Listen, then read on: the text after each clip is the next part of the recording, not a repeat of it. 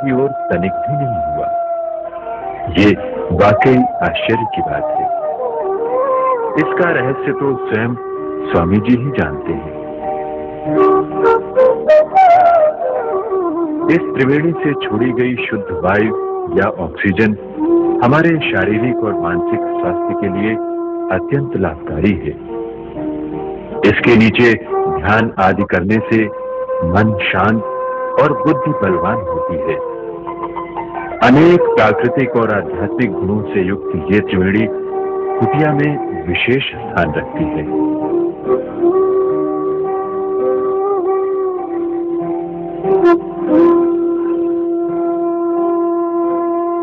कुटिया के दूसरी तरफ की भूमि पर फैला ये केले के पेड़ों का झुंड। स्वामी जी इसे प्यार से कदली वन कहते हैं। और ये है वनमाला, स्वामी जी की प्रिय वनमाला।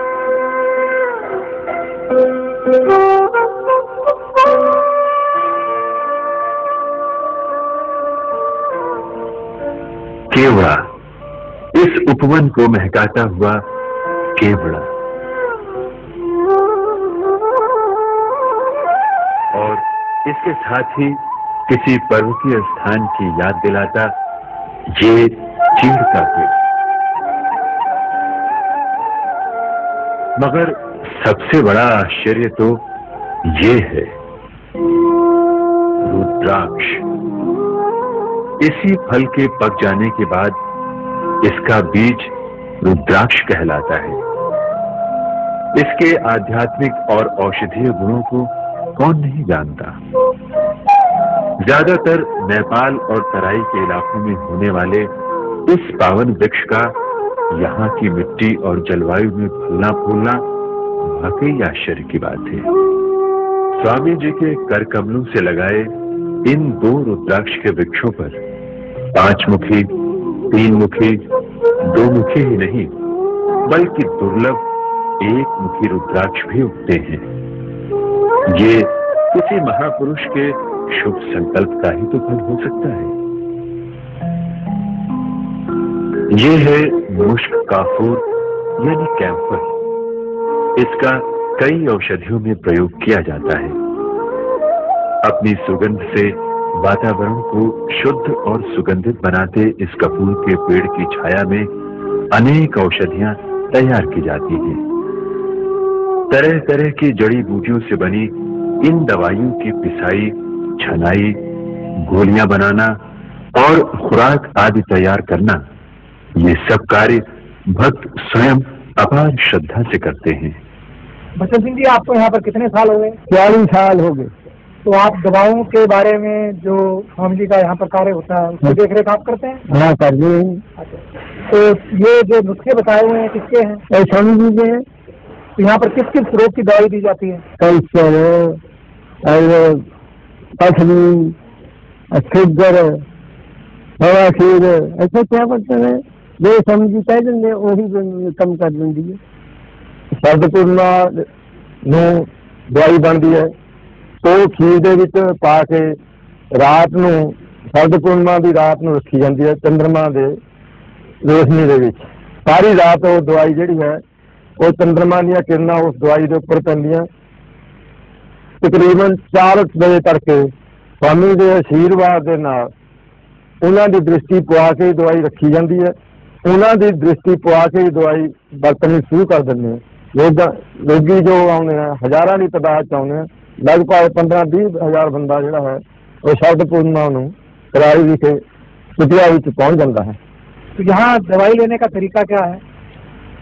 दवाई लेने वास्ते ही रोगी नूं खुद आना पैंदा है। इत्थे तो अच्छा होंदा है जे रोगी सामने आप खुद स्वामी जी चलना चाहे तो इत्थे आके कोई भी प्रबंधक है जो स्वामी के नजदीक है, जिस तरह बचन सिंह जी दवाई देने हैं या होर स्वामी के नजदीक जो ज्यादा जानते ने बंदे बैठते ने सेवक, उन्होंने दस दिता जाए कि फलानी दवाई जी है असं लेनी है या कैंसर की लेनी है या बवासीर की लेनी है, तो वह स्वामी तो फिर उस सेवक पूछ के आज्ञा लेके वो दवाई की इजाजत जी है दवा देने।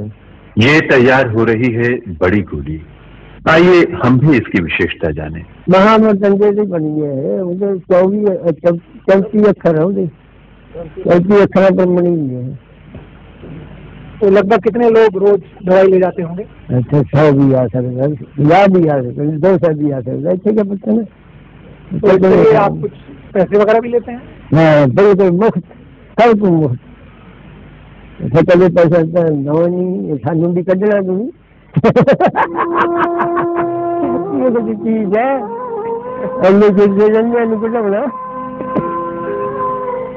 जहाँ औषधि और उपचार भी लाचार हो जाते हैं, वहाँ स्वामी जी स्वयं अपने भक्तों की रक्षा करते हैं।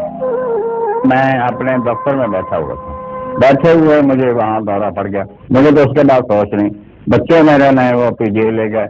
एक लड़के ने स्वामी जी को यहाँ भजन में बैठे हुए थे, बड़े जबरदस्त कुल्ला खड़का कर वो पीजीआई ले गए कि महेंद्र सिंह को कुछ हो गया है और उसका जीवन खतरे में है। उन्होंने गाड़ी पर बिठाया, गाड़ी मंगवाई और गाड़ी पर पीजीआई पहुंच गया। मेरे लोग कहते हैं मैं तो, मुझे तो दुनिया की कोई होश नहीं, मैंने तो अपने शरीर में अपने को बाहर देखा है, ये मैंने जाना कि मेरा शरीर खत्म हो गया है। लेकिन डॉक्टर ने भी कह दिया कि 5, 7, 10 मिनट से ज्यादा जिंदा नहीं रह सकता। लेकिन सामने में जाते ही ये लोग कहते हैं कि तेरे माथे पर हाथ रखा, हाथ रखने पर मेरे अपने हाथ से मेरी रीढ़ की हड्डी की मालिश की और कुछ देर के बाद ये कहा कि ये ऐसे करते रहो।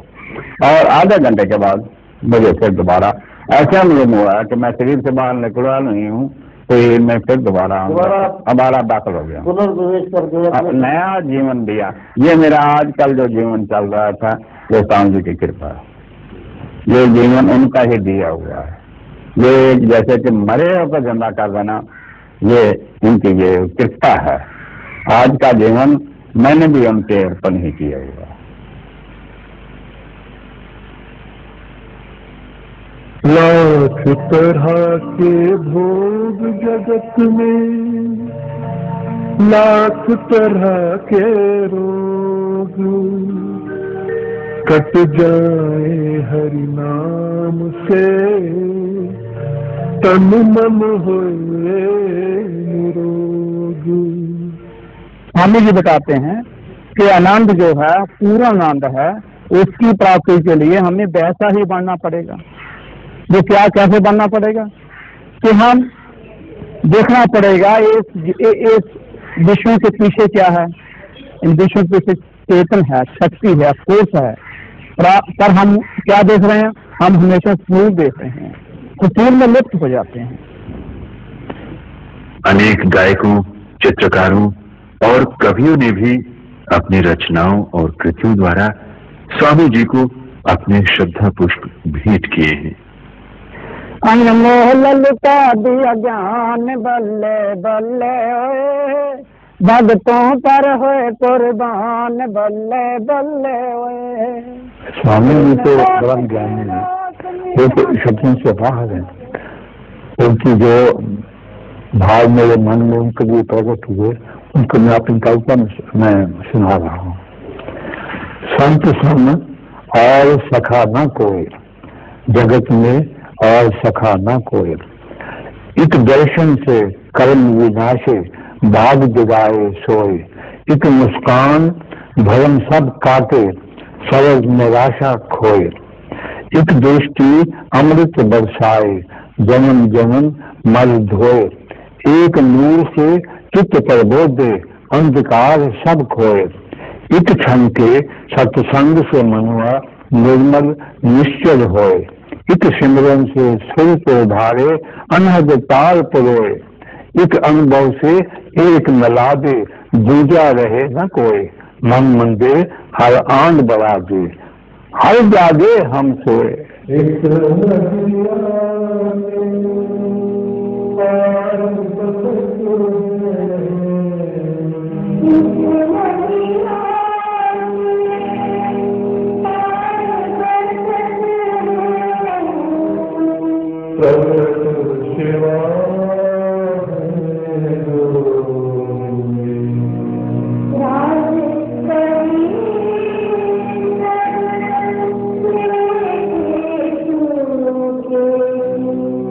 Thank you.